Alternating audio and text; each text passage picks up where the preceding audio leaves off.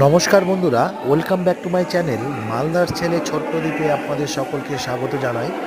এর আগের পর্বগুলিতে আমরা দেখিয়েছি গঙ্গাসাগরের অনেক স্পেশাল মুহূর্ত। এটা হলো চতুর্থ পর্ব। দেখুন, এটা হলো গঙ্গাসাগরের রাধাকৃষ্ণ দরবারে কাটানো কিছু গুরুত্বপূর্ণ মুহূর্ত। দেখুন, চারিদিকে রাধাকৃষ্ণের ছবি রয়েছে এবং বিগ্রহ রয়েছে, এবং সাথে আরও অনেক দেবদেবীর বিগ্রহ আপনারা দেখতে পাচ্ছেন। সকলে বলে সব তীর্থ বারবার, গঙ্গাসাগর একবার। আপনারা এখানে আসলে সেই ব্যাপারটা বুঝতে পারবেন।